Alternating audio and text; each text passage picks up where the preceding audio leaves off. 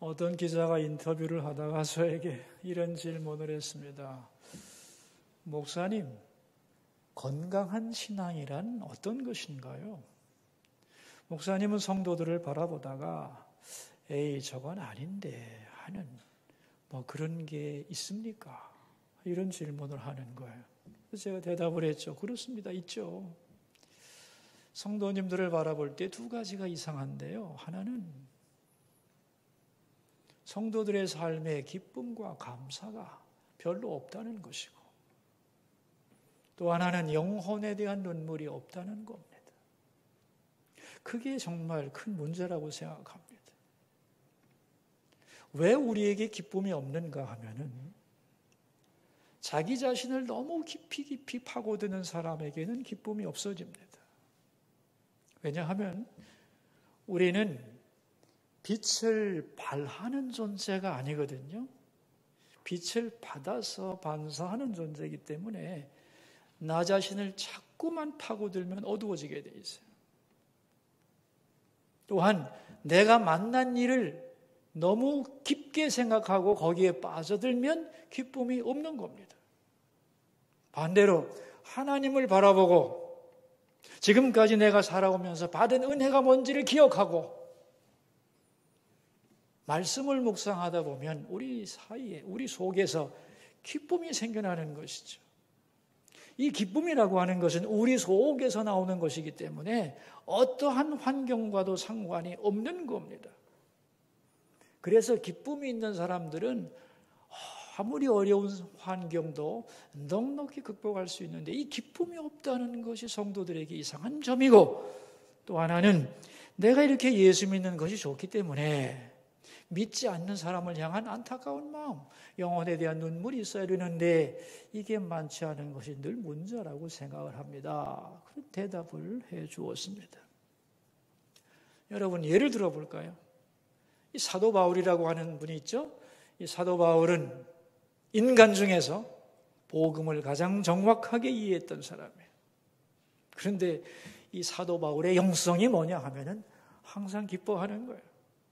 어떠한 상황 속에서도 기쁨이 충만했던 게 사도 바울입니다. 그래서 그는 서신서에서 이렇게 쓰잖아요. 항상 기뻐하라.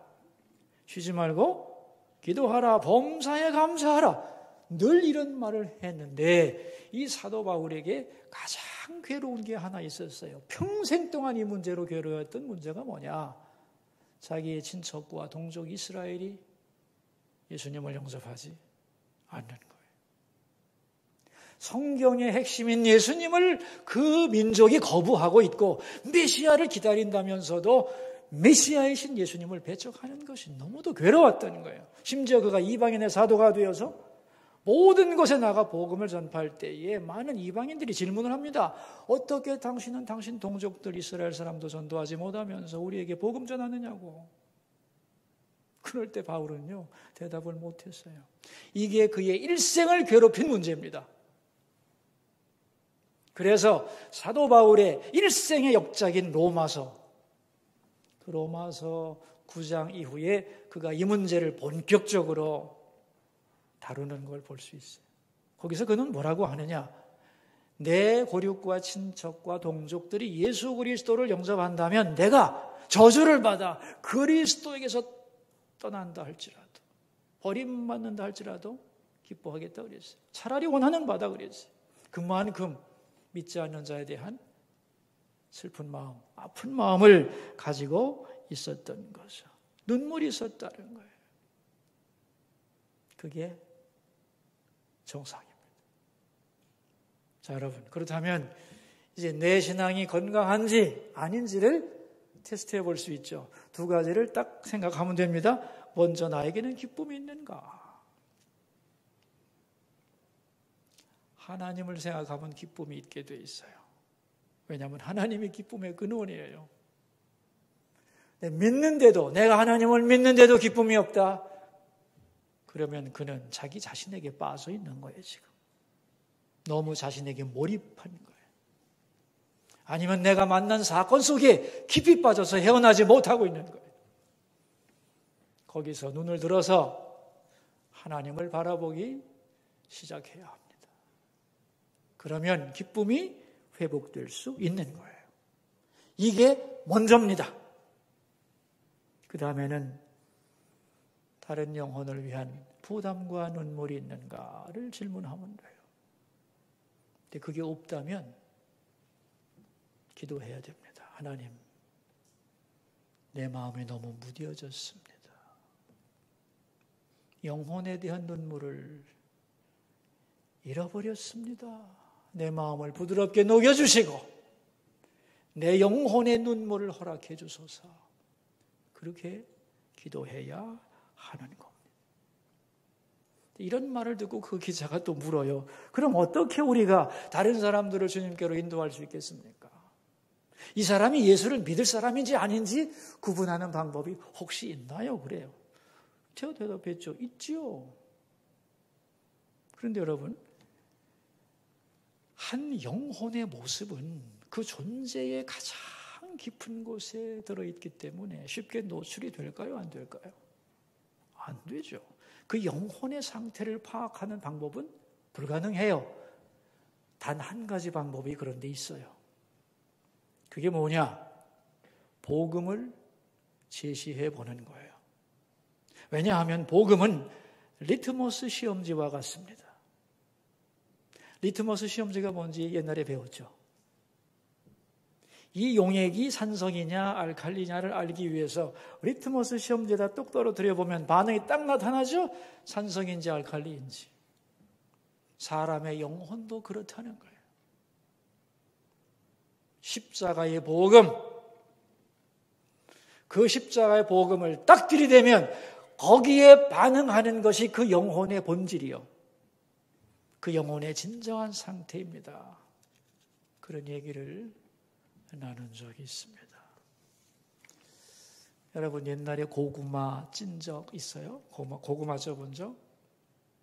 고구마를 찌는데 이 고구마가 익었는지 안 익었는지를 아는 방법이 뭐예요? 눈으로 보고 알 수 있습니까? 모르죠. 어떻게 해야 돼요? 찔러봐야지, 젓가락으로. 이 사람이 복음을 받아들일 사람이 아닌지를 어떻게 알 수 있을까요? 예? 찔러봐야죠. 복음을 제시해 봐야 되는 거예요. 복음을 내가 제시했는데 저쪽에서 반발을 하고 아주 적대적이면 아직 안 익었구나 하고 내비두면 됩니다. 기어코 가서 들들 볶을 필요가 하나도 없는 거예요. 내가 한마디 했는데 저쪽에서 반응이 좋아, 마음을 열고 듣고 궁금해하고, 그러면 더 가까이 가서 사랑으로 이끌어주고 하나님께로 나오도록 도와주면 되는 겁니다. 오늘 본문에 보면은 배경이 나오는데요, 귀신이 들려가지고 눈도 멀고 말도 못하는 사람을 예수님께로 데려왔는데 예수님이 그 병자를 고쳐주셨어요. 그걸 보고 사람들이 놀라서 와, 우리 가운데 메시아가 오셨다고 기뻐했습니다. 그 얘기가 22절, 23절에 나오는데 우리 같이 한번 읽겠습니다. 그때에 귀신 들려 눈 멀고 말 못하는 사람을 예수께서 고쳐주심에 그 말 못하는 사람이 말하며 보게 된지라.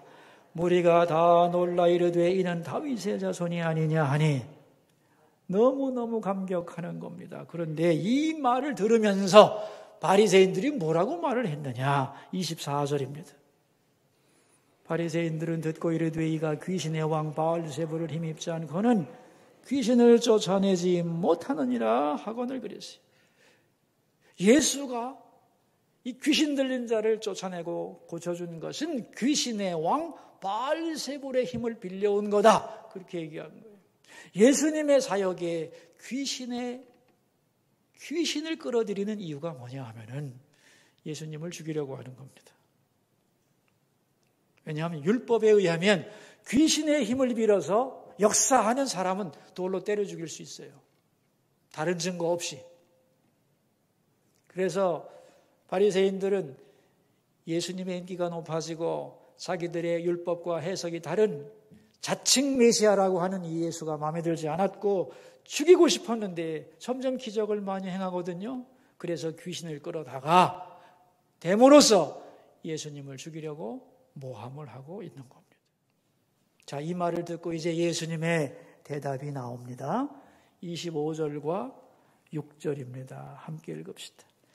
예수께서 그들의 생각을 아시고 이르시되 스스로 분쟁하는 나라마다 황폐하여질 것이요 스스로 분쟁하는 동네나 집마다 서지 못하리라. 만일 사탄이 사탄을 쫓아내면 스스로 분쟁하는 것이니 그리하고야 어떻게 그의 나라가 서겠느냐. 내가 귀신의 힘을 빌어 귀신을 쫓아내는 것이면 귀신끼리 싸우는 건데, 큰 귀신의 힘을 빌어 작은 귀신 내쫓는다면 귀신끼리 싸우는 건데, 귀신끼리 분쟁을 한다면 그 귀신의 나라가 성하겠냐? 망하고 말지. 그런 얘기입니다. 자기들끼리 싸우는 분쟁, 그것이 있는 한, 그것이 나라든 동네든 개인이든 가정이든 다 무너지고 만다는 거죠.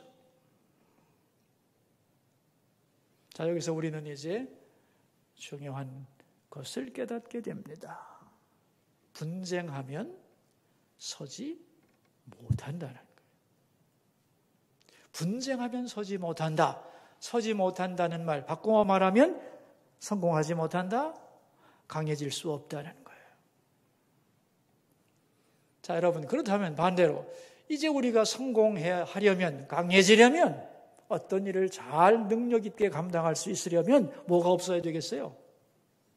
예? 분쟁이 없어야 되는 거죠. 먼저는 우리 자신이 강해지기 위해서는 우리 속에 분쟁이 없어야 돼요. 그러니까 내 속에 분쟁이 뭐냐 그럼? 갈등이요. 갈등이 있는 사람은 자기 속에 분쟁이 있는 것이기 때문에 결코 강해질 수 없어요. 우리 속에 있는 갈등을 제거해내야 내가 나로서 힘있게 살아갈 수 있다. 그런 말입니다. 또한 가정에 분쟁이 있으면 가정이 무너질 수밖에 없는 거죠. 나라도 말할 수 그대로 똑같고 교회도 마찬가지입니다, 여러분. 교회가 강해지려면 뭐가 없어야 되겠어요? 분쟁이 없어야 하는 겁니다. 여러분, 악이라고 하는 게 뭔지 잘 알아야 돼요. 원래 악이라고 하는 것은 악이기 때문에 약한 것입니다. 예를 들면 어둠은 빛 앞에서 힘이 있다 없다? 없는 거예요. 거짓은 진리 앞에서 힘이 있어요 없어요? 힘이 있어요 없어요? 없는 거죠. 악은 악이기 때문에 약한 것이에요. 근데 세상이 그렇습니까? 악이 강하죠. 그죠? 그 이유가 뭐예요? 약해야 되는데 무너져야 될 것들이 왜 이렇게 강하고 성하냐 이거예요. 그들이 연합을 잘하기 때문에 그렇다는 거예요. 전략적 연합을 잘하기 때문에. 왜? 안 하면 죽거든. 그래서 악이라고 하는 것은 잘 뭉칩니다. 서로 티격태격 하다가도 싸움이 나면 자기들끼리 철커덕하고 하나가 되는 거예요. 그래서 승리를 구가하는 거예요.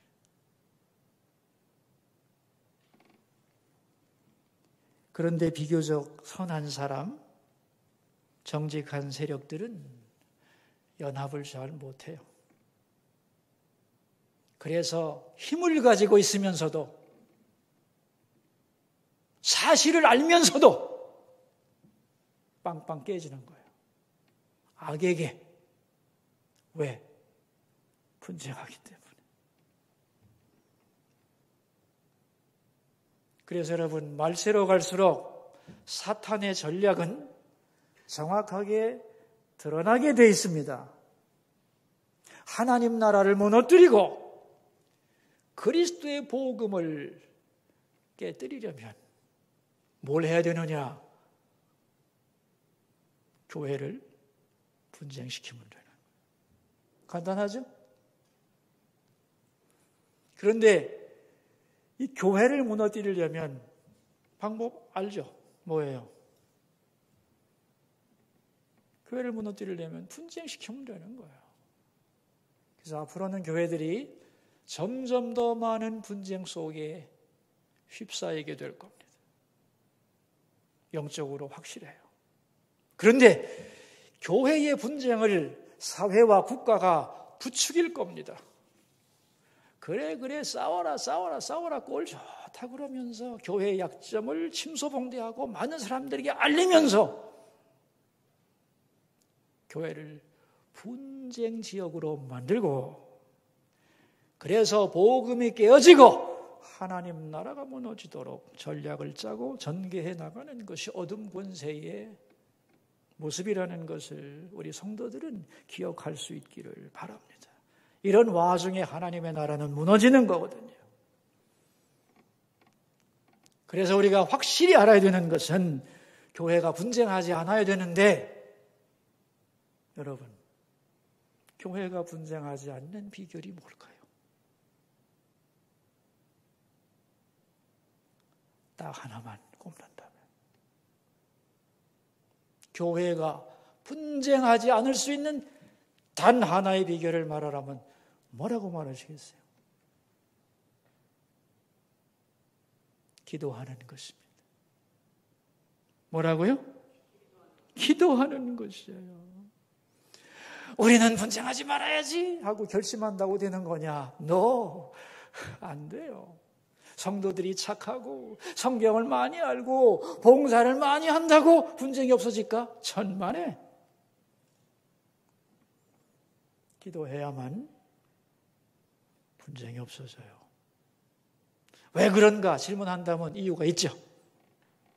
첫째는 하나님의 뜻을 분명하게 정확하게 분별하기 위해서는 기도가 필요해요. 여러분, 많은 것 중에서 어떤 것이 정확하게 하나님의 뜻인가를 분별하기가 쉽습니까? 어렵습니까? 어렵지. 물론 우리는 하나님의 일반적인 뜻에 대해서는 다 알고 있어요. 성경에 보면 다 나오잖아요. 무엇가 하나님의 뜻인지 대충 안다니까. 그런데 지금 나에게 있어서 해야 할 하나님의 뜻이 뭐냐고 할 때는 헷갈리는 거예요. 이것은 기도를 통해서 우리에게 깨닫게 하는 겁니다. 그래서 기도하지 않으면 구체적인 하나님의 뜻을 분별하기가 어려운 거예요.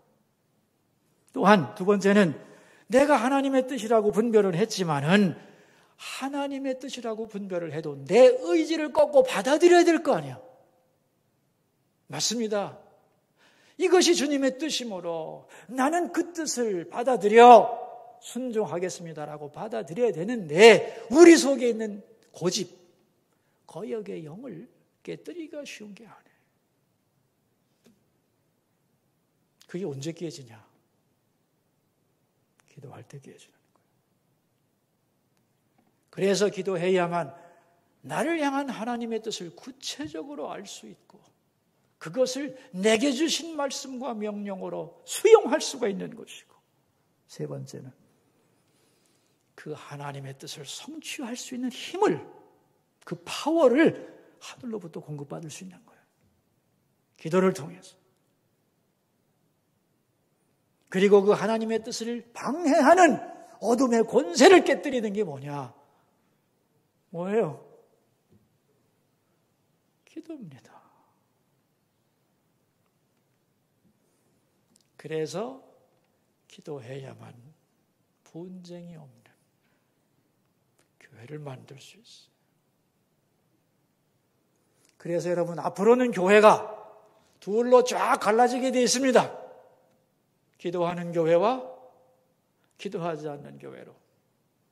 큰 교회, 작은 교회, 도시교회, 농촌교회, 부자교회, 가난한 교회, 이런 구분은 사실상 의미가 없는 겁니다. 중요한 것은 뭐와 뭐로 갈라진다고요? 예? 기도하는 교회와 하지 않는 교회로 갈라지는 거예요. 이걸 개인에게 적용해 보세요. 기도하는 성도와 그렇지 않은 성도로 갈라지는 거예요.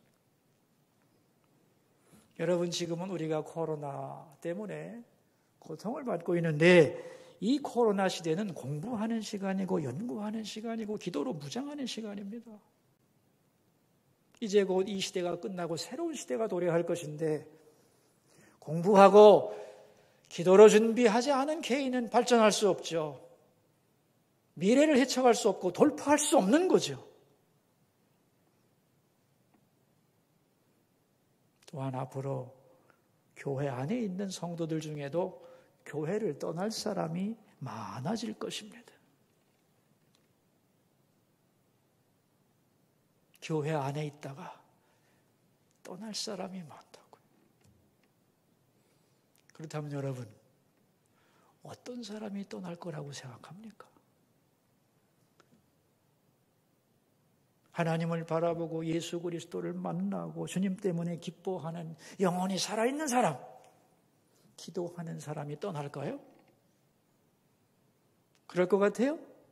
아니죠. 그런 사람들은 어디 가서나 살아남죠. 그리고 시간이 흘러가면서 더욱 하나님의 뜻을 이루어가는 성숙한 성도로, 축복의 통로로 자기 기능을 발휘하겠죠. 떠날 사람은 누구냐? 반대죠. 오랫동안 교회 안에 있었는데도 불구하고 하나님이 아니라 자기만 바라보고 자기 문제에 짓눌려 있고 영혼에 눈물이 없고 기도하지 않는 사람들, 그런 사람들은 형식적으로는 교회에 남아있다 할지라도 문제를 항상 일으킬 것이고, 그래서 분쟁하는 교회로 만들어갈 것이고, 더 극단적인 사람은 교회를 떠나게 될 겁니다. 반대로 지금은 교회 밖에 있지만 하나님의 백성이 아니고 크리스찬이 아니지만 세상에 돌아가는 것을 보면서 진리에 대하여 목말라 갈망하는 사람들도 있습니다. 진정한 구원자를 찾는 갈급한 영혼들이 있고, 정말 내 영혼이 어떻게 해야 하는지를 사모하는 사람들은 교회 안으로 들어오게 될 거예요. 이 한가운데 교회가 서 있을 것인데 기도하는 교회는 추수할 수 있는 거죠. 그러나 그렇지 않은 교회는 힘을 잃어버릴 겁니다. 교회라고 하는 형체는 유지하겠지만 아무 힘도 없는 교회들이 많아질 것이고, 분쟁에 휩쓸려서 하나님의 일을 할 수 없는 교회들이 점점 많아질 것이고, 마른 교회지만 세상의 힘과 가치에 지배당하는 그런 교회들이 점점 많아질 거예요. 그러므로 여러분, 우리가 성도로서, 교회의 구성원으로서 깊이 결심해야 할 것이 있습니다. 정말로 나 자신을 위해서, 성도답게 살기 위해서, 우리 교회가 교회의 본분을 다하기 위해서 반드시 해야 될 게 뭐겠어요? 네? 기도죠. 살아있는 기도를 해야 합니다. 아멘. 나는 기도하는데요. 매일 기도합니다. 목사님, 내가 30분씩이나 기도한다고요. 오케이, 좋은 거죠. 근데 기도에도 종류가 많습니다, 여러분. 내 아들 합격하고, 내 남편 사업 잘 되고, 나 건강하고, 이런 기도, 오케이, 이런 기도도 필요하죠. 하나님 아버지께 자녀가 구하는 것이니까 기도하라고 했어요. 그런데 이제 더 새로운 기도를 해야 돼요. 새로운 기도를, 내 영혼이 깨어나기 위해서, 하나님이 내게 주신 소명을 완수하기 위해서,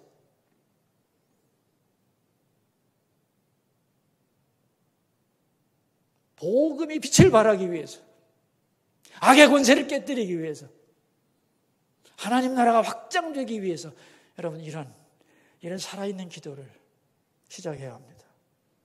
우리 사이에, 우리 속에 이 기도에 대한 열망이 불처럼 일어나기를 주의 이름으로 축원합니다. 오늘 본문의 결론이 설교 제목이에요. 같이 읽어볼까요? 먼저 강한 자를 결박하라 그랬어요. 여러분, 강한 자를 먼저 결박해야 되는데요. 이게 무슨 뜻일까요? 예수님은 강도가 어떻게 해야 강도짓을 성공할 수 있는가를 오늘 본문에서 가르치고 있어요.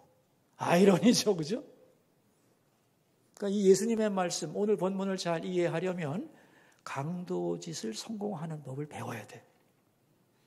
그래서 강도짓 하라는 게 아니고 말씀을 이해하기 위해서. 자, 여러분, 그렇다면 어떻게 해야 강도짓을 성공할 수 있을까? 자, 논리적으로 한번 생각해 봅시다. 강도짓을 성공하려면 첫째, 어떤 집에 어떤 보물이 있는지를 알아야지. 맞습니까? 아무 집이나 왜 들어가? 아무것도 없는데 고생만 하지. 그러니까 강도짓 성공하려면 어느 집에 어떤 가치 있는 보물이 있는지를 알아야지요. 그리고 그것을 빼앗아 오겠다고 결심해야 되죠. 이게 1번이죠. 맞아요, 틀려요? 1번이요. 자, 그래서 이제 두 번째 단계는 그 집에 파고 들어갔어요. 뚫고 들어갔습니다. 그 다음에 예수님이 전법을 가르쳐주죠. 뭐 하래요? 뚫고 들어가서는. 예? 먼저 강한 자를 결박하라는 거예요. 그러니까 집에 뚫고 강도가 어느 집을 뚫고 들어갔는데 그 집에 몸이 아파서 움직일 수 없는 노인이 계셔. 신경 안 써도 됩니다. 그죠? 또 사리 판단을 할 수 없는 아기가 누워있는 데까지 그 뭐하러 건드리겠어요? 시끄럽게. 그런데 강한 자가 있다 이거예요. 거기에 힘이 좋은 아들이 있고 가장인 아버지가 있으면 먼저 그 사람들부터 제압하고 결박한 후에 강도짓을 해야 되겠죠? 맞아요, 틀려요. 그렇지 않고 그냥 강도짓 하다가는 공격을 당하고 잡힐 수밖에 없는 거예요. 그래서 강도짓 하려면 상식이다 이거. 상식인데 먼저 강한 자를 결박해야 되는 거다. 그런 얘기입니다. 자, 그렇다면 여러분, 여기서 강한 자는 누굴까요? 지금 이게 비유인데 이 본문을 해석하려면 여기서 강한 자가 누구인가를 알아야 돼요. 또 강도가 누구인가를 알아야 돼요. 그렇지 않으면 본문을 거꾸로 해석할 수 있어요. 강한 자가 누굴까요, 여기서? 좀 어려운가요? 힌트를 드리겠습니다. 예수님일까요? 사탄일까요? 여기서 강한 자는 예수님일까요? 사탄일까요? 잘 해야 돼요. 틀리면 거꾸로 해석하는 거예요. 강한 자는 사탄입니다. 그럼 여기서 강도는 누굴까요? 강도. 예수님이요. 그래서 이 비유가 재밌고도 어려운 거예요. 예수님이 자신을 강도에 비유해서 설명하는 말씀이에요. 그럼 왜 예수님이 강도냐 하면은 오늘 본문을 잘 생각해 보세요. 본문에 보면 귀신이 들려가지고 눈 멀고 말 못하는 사람이 있죠. 그 사람을 지금 누가 점령하고 있는 거예요? 사탄이 점령하고 있는 거예요. 그런데 이제 그를 사로잡힌 곳에서 건져내서 자유롭고 건강한 하나님의 자녀가 되게 하려고 하는 거예요. 그런데 점령한 자의 입장에서 보자면 내가 점령하고 있는데 강도가 들어와서 뺏어가는 거죠. 그죠? 그렇기 때문에 여기서 강한 자는 사탄이고 그가 점령하고 있는 사람을 빼앗아가려고 하는 강도가 예수님이라는 거예요. 그래서 이 먼저 강한 자를 결박하라는 말씀은 예수님과 사탄의 관계를 설명하는 말입니다. 이런 뜻이에요. 나는 귀신의 왕 바알세불의 힘을 빌린 것이 아니다. 나는 사탄이 아니다. 사탄은 강한 척하지만 나는 사탄보다 더 강하다. 하나님이 보내신 메시아이기 때문에. 아멘? 그런 뜻이에요.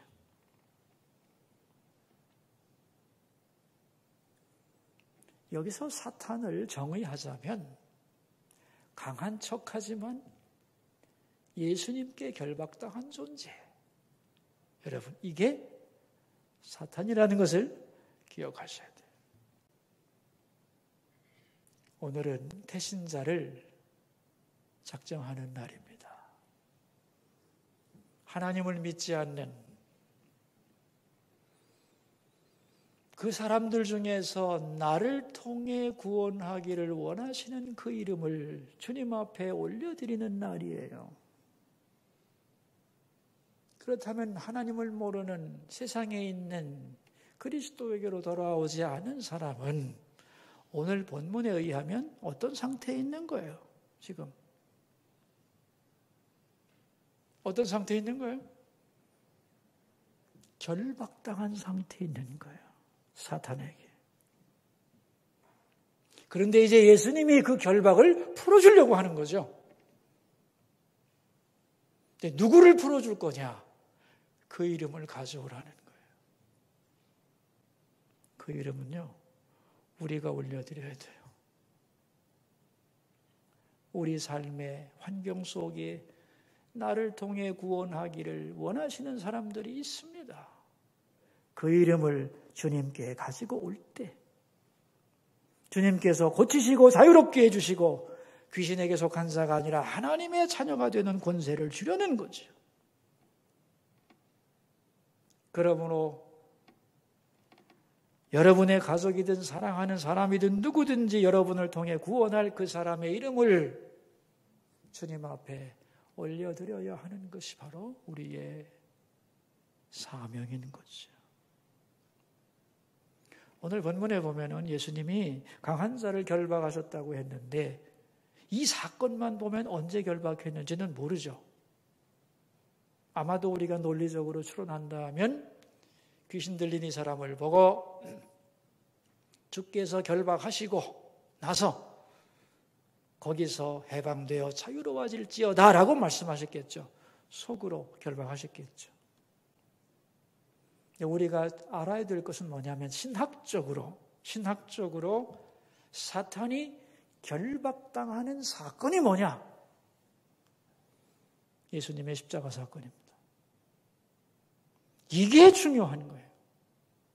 그래서 십자가 사건은 사탄을 결박하는 가장 중요한 사건인 거죠. 그래서 이 십자가 사건을 내 사건이라고 믿는 자는 죄에서 벗어나 자유를 얻고 하나님의 자녀가 되지요. 그래서 이 십자가 사건이 사탄의 결박을 푸는 사건인 거예요. 그러므로 우리는 알아야 되는 거죠. 사탄은 결박당한, 강한 척하지만 결박당한 존재이며 십자가 사건이야말로 사탄의 권세를 완전히 결박한 위대하고 능력 있는 사건이다. 아멘. 자, 그렇다면 마지막 질문 하나 하겠습니다. 그렇다면 우리는 사탄을 이길 수 있는가 없는가? 여러분, 우리는 사탄을 이길 수 있어요 없어요? 확실하게 대답해요. 이길 수 있어요 없어요? 이길 수 없다. 어떻게 우리가 사탄을 이기겠어요? 강한 자인데. 그렇죠. 그런데 예수님이 사탄을 결박하신 더 강한 분이죠. 그 예수님이 우리에게 그 권세를 나눠 주시죠. 예수님의 이름을 주는 거잖아요. 예수님의 이름으로 기도하게 하고 명령하게 함으로써 우리 힘으로는요, 사탄을 절대로 못 이기죠. 이기려 하다가 돌아버리죠. 그러나 예수의 이름이라고 하는 그 위대한 이름을 우리에게 주심으로 이 이름 가지고 싸워 이기라고 말씀하는 거죠. 그 대표적인 것이 기도입니다. 예수의 이름으로. 아멘이죠? 그래서 여러분, 이제 오늘 이름을 여러분들이 생각나는 이름을 올려드리면서 이렇게 기도하기를 바라요. 주님, 제가 이 이름을 주님께 올려드립니다. 그를 어둠의 결박에서 건져주시고 풀어내주시고 복음 안에서 자유롭고 행복한 하나님의 자녀가 되게 하여 주옵소서. 기도하시고 이제 내가 예수 그리스도로 명한다. 그 사람을 결박하고 있는 어둠의 권세는 예수의 이름으로 물러갈지어다. 아멘. 명령하고 기도하고 축복하고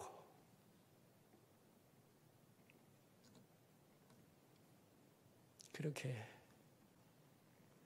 기도하며 나가는 여러분 되시기를 주의 이름으로 축원합니다. 기도하겠습니다. 우리 들은 말씀을 생각하면서 한 가지 제목을 가지고 기도합시다. 나를 통해 구원하기 원하는 그 이름을 생각나게 해주소서.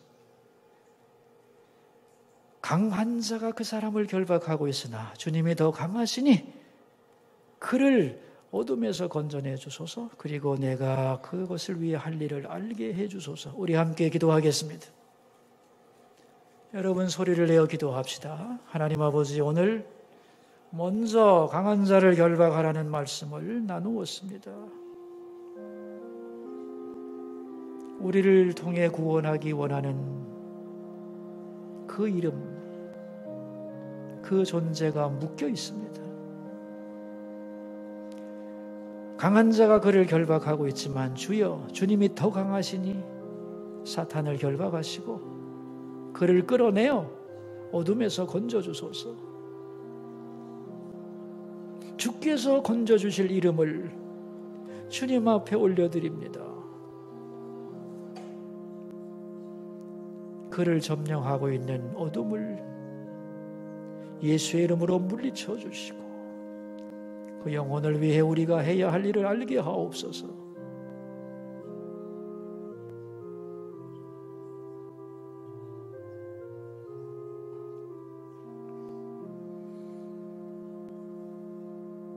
사랑하는 주님, 오늘은 태신자를 작정하는 날입니다.